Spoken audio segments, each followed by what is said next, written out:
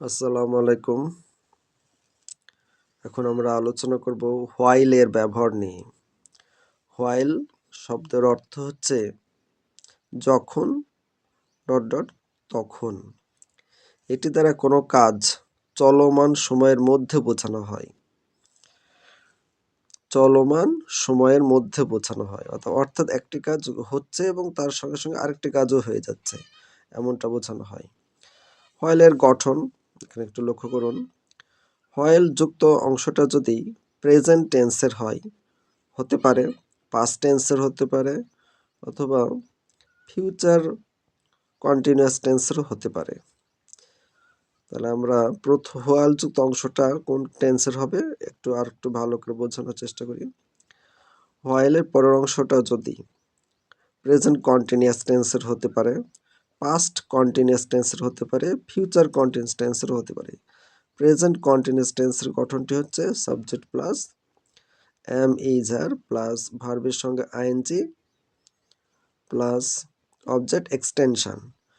Past continuous টেন্সের গঠনটি হচ্ছে subject plus was were plus ভার্বের সঙ্গে আইএনজি প্লাস অবজেক্ট এক্সটেনশন।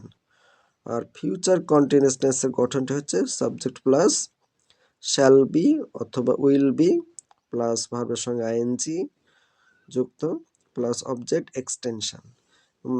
তারপর একটা কমা হবে এবং পরের অংশ হবে প্রেজেন্ট সিম্পল টেন্স হতে পারে, অথবা প্রেজেন্ট ইনডিফিনিট টেন্স হবে, পাস্ট ইনডিফিনিট টেন্সের হবে, ফিউচার ইনডিফিনিট টেন্সের হবে। প্রেজেন্ট ইনডিফিনিট টেন্সের গঠনটি হচ্ছে সাবজেক্ট প্লাস ভার্বের V1 plus object extension. Past indefinite টেন্সের গঠন হচ্ছে সাবজেক্ট প্লাস ভি2 অর্থাৎ ভার্বের পাস্ট ফর্ম অবজেক্ট এক্সটেনশন। আর ফিউচার ইনডিফিনিট টেন্সের গঠনটা হবে সাবজেক্ট প্লাস শ্যাল অথবা উইল প্লাস ভার্বের ভি1 অবজেক্ট এক্সটেনশন। হোয়াইলের আরেকটি গঠন হতে পারে, সেটা হচ্ছে হোয়াইল যুক্ত অংশটা প্রেজেন্ট সিম্পল টেন্স যদি হয়, বা পাস্ট সিম্পল টেন্সের হতে পারে, বা ফিউচার সিম্পল টেন্সের হতে পারে। যদি হোয়াইল যুক্ত অংশটা এটা থাকে, তাহলে পরের অংশ একই টেন্সেরই হবে। প্রেজেন্ট সিম্পল টেন্সের হবে, past simple tense, future simple tense. Simple অর্থ হচ্ছে ইনডিফিনাইটকেই বোঝানো হচ্ছে মূলত। গঠনের মাধ্যমে আমরা বোঝানোর চেষ্টা করি একটু। While I was walking in my garden, যখন আমি আমার বাগানে হাঁটছিলাম। হোয়াইল যুক্ত অংশটা পাস্ট কন্টিনিউয়াস টেন্সে লেখা হয়েছে। পরের অংশ হবে আই স এ স্নেক, আমি একটি সাপ দেখলাম। While walking in my garden, যখন আমি বাগানে হাঁটছিলাম। আই স এ বার্ড, আমি একটি পাখি দেখতে পেলাম। লক্ষ্য করুন যে হোয়াইলের পরে যদি আমরা সাবজেক্ট দিই, তাহলে আমরা পাস্ট কন্টিনিউয়াস টেন্সের গঠনটি ব্যবহার করব। Subject plus was were plus ভার্বের সঙ্গে আইএনজি। আর হোয়াইলের পরে যদি সাবজেক্ট না থাকে, তাহলে আমরা মূল ভার্বের সঙ্গে আইএনজি যুক্ত করব। We can not play games, আমরা খেলতে পারি না। While we R in our classroom, যখন আমরা আমাদের শ্রেণীকক্ষে থাকি। হি ডিস্টার্বড মি, সে আমাকে বিরক্ত করেছিল। হোয়াইল আই ওয়াজ রিডিং, যখন আমি পড়ছিলাম। হোয়াইল ইউ আর টায়ার্ড, যখন তুমি ক্লান্ত থাকো। টেক সাম রেস্ট, কিছু বিশ্রাম নিও। আমাদের পরীক্ষায় হোয়াইল যুক্ত অংশটা প্রথমে থাকবে এবং পরের অংশটা গ্যাপ আকারে থাকবে, লিখতে হবে আমাদেরকে। While we are sitting in the field, যখন আমরা মাঠে বসেছিলাম।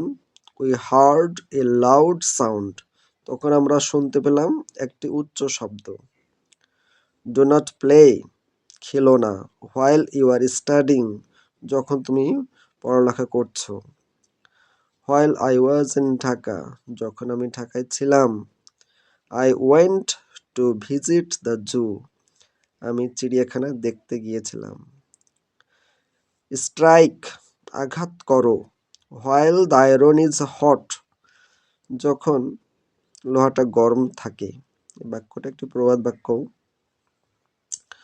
While I was waiting at the station, যখন আমি স্টেশনে অপেক্ষা করছিলাম, হি ফোনড মি, সে আমাকে ফোন করেছিল। ডু নট গো আউট, বাইরে যেও না, হোয়াইল ইট রেন্স, যখন বৃষ্টি হয়।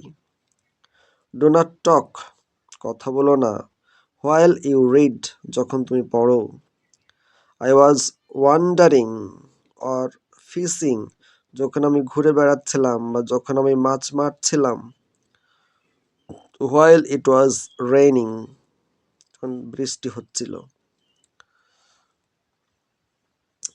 আশা করি বাক্যগুলো বারবার পড়বেন এবং ভিডিওগুলো বারবার দেখবেন। ইনশাল্লাহ বাক্যগুলো বুঝতে পারবেন। আর যদি বুঝতে না পারেন, দয়া করে আমাকে কমেন্টে জানাবেন। সবাইকে ধন্যবাদ। আসসালামু আলাইকুম।